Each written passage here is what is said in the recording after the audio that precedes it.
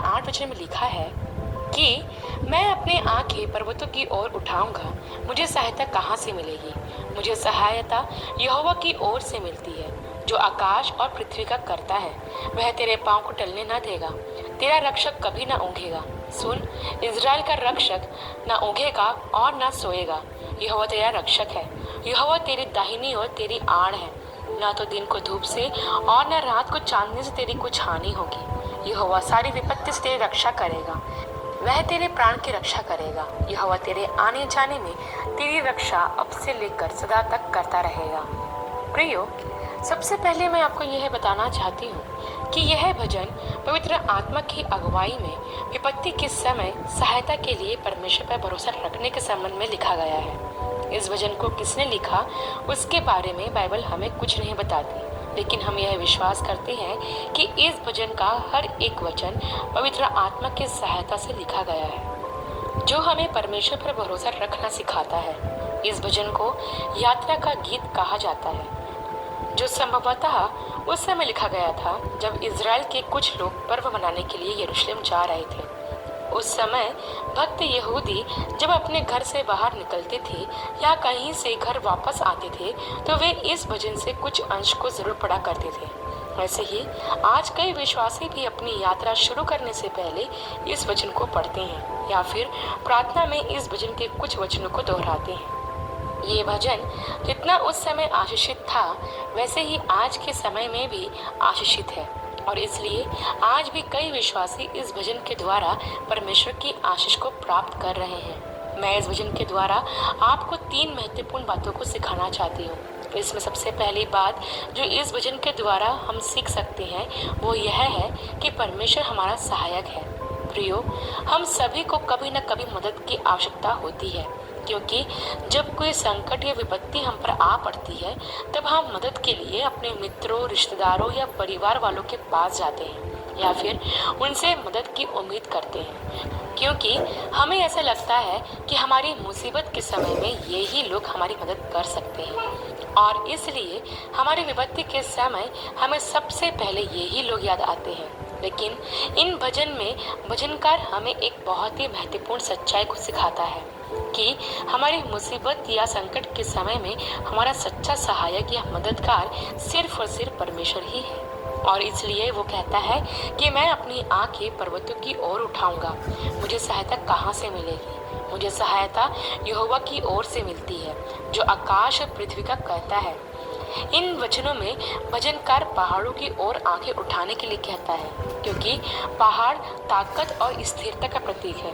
वे आकार में बड़े, लंबे समय तक रहने वाले और अपरिवर्तनीय हैं। वैसे ही हमारा परमेश्वर भी जिसने पहाड़ों को बनाया है वह शक्ति और ताकत में उससे भी महान है। जब हमारे जीवन में मुसीबतें या परेशानी आती है तब हम नीचे की ओर देखते हैं। हमारा चेहरा मायूसी और हताशा के कारण झुक जाता है।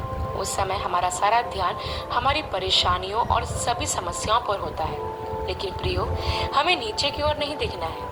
पहाड़ियाँ हमें याद दिलाती है कि हमें ऊपर की ओर देखना है, क्योंकि हमारी सहायता उस परमेश्वर की ओर से आती है जिसने उन विशाल और अड़िग पहाड़ों को बनाया है। यहाँ भजनकार के कहने का तात्पर्य यह है कि जब हमारे जीवन में मुसीबत या परेशानियां आए तो हमें अपना ध्यान उन पर नहीं लगाना है, बल्कि उस समय हमें अपना ध्यान पहाड़ों से परे उस परमेश्वर की ओर लगाना है।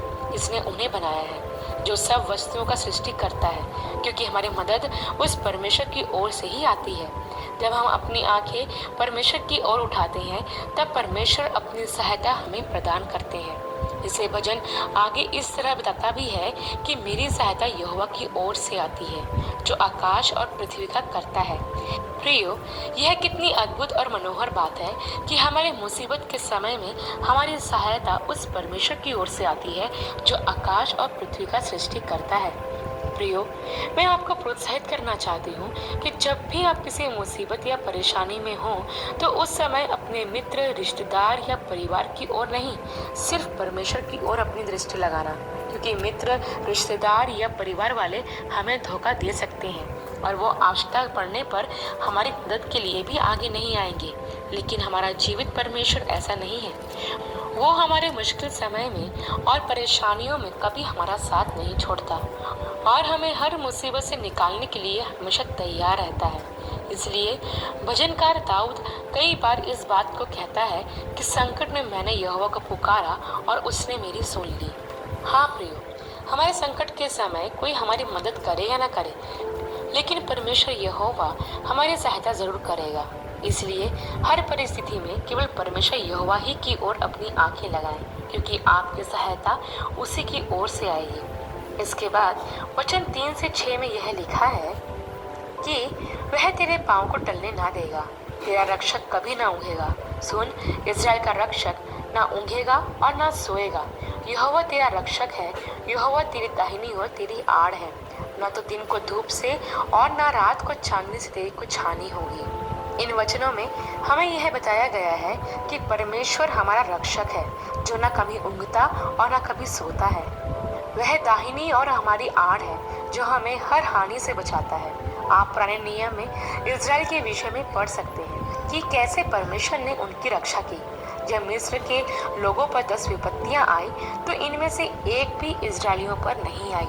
लाल सागर का पानी उन्हें डुबा न सका और ना ही शत्रुओं की सेना से उन्हें कोई नुकसान हुआ, क्योंकि परमेश्वर यहोवा उनका रक्षक था, जो हर समय उन्हें बचाता आया था। वैसे ही आज भी परमेश्वर ना सिर्फ हमारा सहायक है, बल्कि वो हमारा रक्षक भी है। जैसे उसने इज़राइल की देखभाल की, वैसे ही वो उनकी भी देखभाल करता है जो उसका भय मानते और उस पर विश्वास करते हैं। वचन 3 में लिखा है कि वह तेरे पाँव को टलने ना देगा, तेरा रक्षक कभी न ऊँघेगा। यह वचनकार हमें बताता है कि हमारा परमेश्वर हमें गिरने से बचाता है, क्योंकि प्रियो, हमारे जीवन के इस सफर में हमारा रास्ता मुश्किलों से भरा हुआ है। जिस रास्ते पर हम चल रहे हैं वो कई तरह की बाधाओं से भरा हुआ है, जिसमें हमें हर पल गिरने का डर बना रहता है। जीवन की इस यात्रा में हम नैतिक रूप से, आर्थिक रूप से, भावनात्मक रूप से फिसल सकते हैं, लेकिन उस समय यदि हम अपनी आंखों को उसकी ओर लगाए रहते हैं तो वह हमें गिरने से बचा लेता है और हमें स्थिरता प्रदान करता है, हमारे पैरों को दृढ़ करता है, ताकि हम अपने जीवन के इस सफर को पूरा कर सकें। भजन संहिता के 37 अध्याय के 23 और 24 वचन में